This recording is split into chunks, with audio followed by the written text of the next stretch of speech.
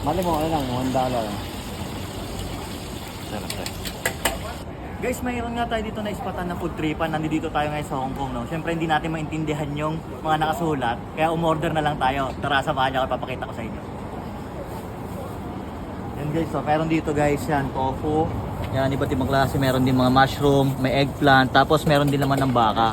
Tapos dinidip fry nila yan. Yan guys, nag-order na ako dito guys ng laman loob ng baka. Tapos meron din yung noodles yan. Titikman natin kung ano magiging lasa niyan para i-honest review natin. Tikman natin yung sabaw.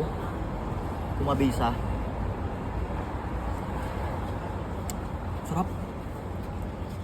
Yung sabaw niya yung parang ano, pinakuluan na may laman loob ng baka tapos may buto-buto. Ang sarap. Promise, ang sarap. Ayan, tapos ito yung laman niya sa loob. Oh. Ayan, parang intestine. Sarap.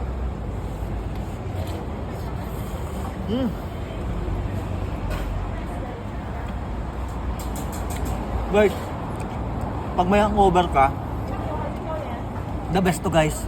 Kasi yung ano niya, talagang matatanggal yung hangover mo dahil sa sabaw pa lang malinamnam na. Tapos ito, ang sarap, talagang lasang-lasa, malinis, hindi siya malangsa. Ingat. Ops guys, naghahanap ba kayo ng healthy kape? Bakit hindi nyo itry itong Santon Gold Coffee Mix na may glutathione at collagen at ang maganda pa nga dito dahil meron tong mangosteen, moringa at spirulina at ang ginamit ng pampatamis dito ay natural stevia. Kaya ano pang hinihintay nyo guys? Mag Santon Gold Coffee Mix na kayo.